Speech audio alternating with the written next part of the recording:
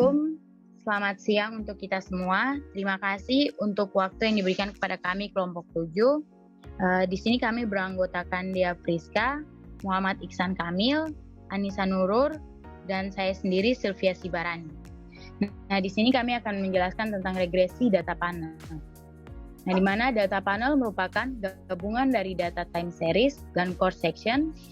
Data ini memiliki jangkauan pengamatan yang lebih luas dan lebih banyak dibandingkan data time series maupun data core section. Data panel sering disebut juga pollet data atau polling time series dan core section.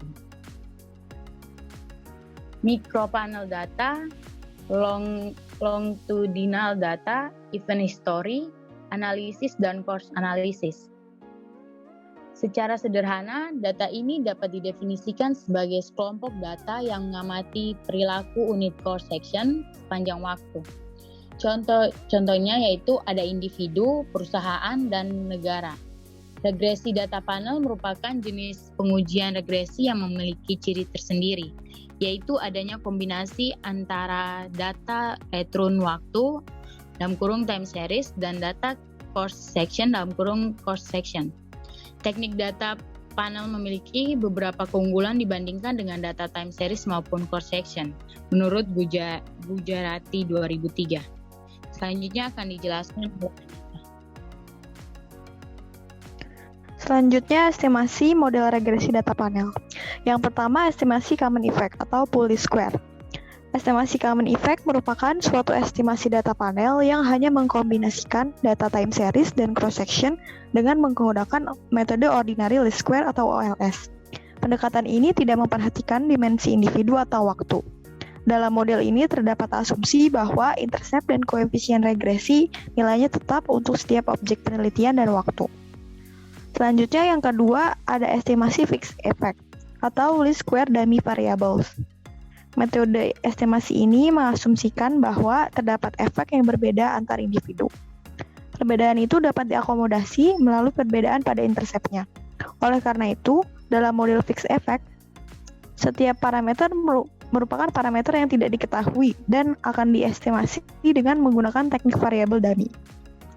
Selanjutnya yang ketiga ada estimasi random effect. Metode ini tidak menggunakan variabel dummy seperti yang digunakan pada metode fixed effect. Metode ini menggunakan residual yang diduga memiliki hubungan antar waktu dan antar objek. Model random effect ini mengasumsikan bahwa setiap variabel mempunyai perbedaan intercept, tetapi intercept tersebut bersifat random atau stokastik. Selanjutnya, pemilihan model estimasi data panel. Yang pertama, ada uji Chow. Uji Chow ini digunakan untuk mengetahui antara dua model yang akan dipilih untuk estimasi data, yaitu model pool least square atau common effect atau fixed effect model atau FEM. Pengujian ini menggunakan distribusi F statistik. Jika nilai F statistiknya lebih besar daripada F table, maka model yang digunakan adalah model FEM atau fixed effect. Sedangkan apabila F statistik kurang dari F table, maka model PILS atau common effect yang akan digunakan. Nah, untuk hipotesis nolnya, model common effect yang akan dipilih jika probabilitasnya itu lebih dari 0,05. Nah, sedangkan untuk hipotesis alternatifnya atau H1, model fixed effect yang dipilih jika probabilitasnya kurang dari 0,05. Selanjutnya yang kedua ada uji Hausman. Uji Hausman ini digunakan untuk menentukan model fixed effect atau random effect yang akan dipilih. Uji ini didasarkan pada ide bahwa kedua metode OLS dan GLS konsisten, tetapi OLS tidak efisien dalam H0. Mengikuti kriteria Wald, uji Hausman ini akan mengikuti distribusi high square. Statistik ini mengikuti distribusi statistik high square dengan DF atau derajat bebas sebanyak K, di mana K adalah jumlah variabel independen. Jika nilai statistik Hausman-nya lebih dari nilai kritisnya atau yang biasa kita pakai itu 0,05, maka model yang tepat adalah model fixed effect dan sebaliknya. Hipotesis nolnya untuk uji Hausman ini model random effect yang akan dipilih. yaitu jika probabilitasnya lebih dari 0,05. Sedangkan hipotesis alternatifnya model fixed effect yang akan dipilih jika probabilitasnya nilainya itu kurang dari 0,05. Selanjutnya uji yang ketiga yaitu uji Lagrange multiplier. Uji Lagrange multiplier ini digunakan untuk menentukan antara model random effect atau model PLS atau common effect. Uji ini dikembangkan oleh Bruce Pagan pada tahun 1980. Uji LM ini didasarkan pada nilai residual dari model PLS atau common effect. Uji LM didasarkan pada distribusi H-square dengan derajat kebebasan sebanyak jumlah variabel independen. Jika nilai statistik LM atau Lagrange multiplier-nya lebih besar daripada nilai statistik H-square, maka model yang dipilih yaitu model random effect, dan sebaliknya. Nah, hipotesis 0 untuk uji Lagrange multiplier ini model common effect yang dipilih jika probabilitasnya lebih dari 0,05. Sedangkan hipotesis alternatifnya model random effect yang akan dipilih jika probabilitasnya kurang dari 0,05.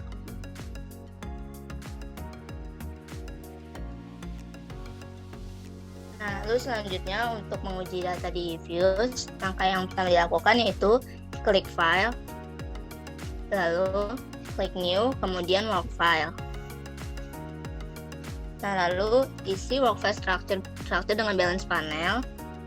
Start date-nya mulai dari tahun 2016 sampai tahun 2020 dengan number of cross section-nya itu 4 karena menggunakan 4 perusahaan. Lalu klik OK. Nah, lalu tekan quick, lalu empty group edit series, lalu copy data dari Excel yang kita siapkan, lalu kemudian dipaste, lalu klik proc, pilih make equation, nah, lalu pindahkan C-nya dengan posisi di depan SER 02. Nah, pada panel option, cross section diganti dengan fix, lalu klik OK. Nah, ketika sudah dapat hasilnya, lalu klik view, pilih fix atau random effect testing, pilih redundant fixed effect likelihood ratio, lalu klik dan dilihat hasilnya. Nah, lalu di situ karena nilai probabilitas F itu lebih kecil dari 0,5, yaitu sebesar 0,0144 dan 0,0007. Nah, maka H0 ditolak dan H1 diterima karena probabilitasnya itu kurang dari 0,05, dan maka dari itu model yang sesuai pada uji ini yaitu fixed effect. Nah, lalu selanjutnya klik proc, lalu pilih specify proc yang di hasil tadi,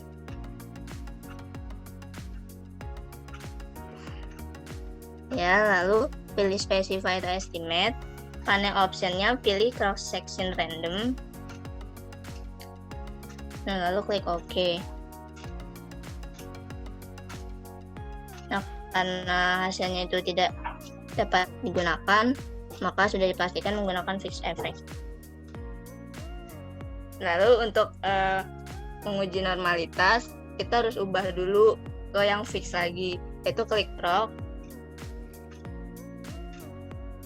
lalu make equation, nah, lalu panel optionnya ubah jadi fix karena tadi menggunakan yang fixed effect, lalu OK. Nah, lalu untuk uji normalitasnya itu klik view, lalu pilih residual diagnostic dan klik histogram normality. Nah, jika probabilitas jalur Queberanya lebih dari tingkat alfa 0,05, maka data tersebut berdistribusi normal. Nah, karena data ini nilai probability-nya itu 0,840636, berarti artinya itu lebih besar dari 0,05. Maka data ini bisa dibilang berdistribusi normal. Nah, lalu untuk melakukan uji multikoliniaritas, yaitu klik quick yang ada di atas, lalu ke grup statistik, pilih correlation. Nah, maka pada kotak setlist ini isi dengan variabel dependen, yaitu SER02, SER03, SER04, dan SER05. Lalu klik OK. Dan dapat dilihat hasilnya. Nah, untuk melakukan uji hetero, kita blok folder receipt. Nah, kita pilih genre, lalu masukkan rumus resubs sama dengan ABS dalam kurung receipt. Lalu OK. Nah, lalu kemudian pilih resubs, pilih quick, lalu estimate equation, masukkan rumus resubs C, SER01, SER02, SER03, SER04, dan SER05. Lalu klik OK. Dan terlihat hasilnya. Sekian tutorial e-views data panel dari kelompok kami. Terima kasih. Wassalamualaikum warahmatullahi wabarakatuh.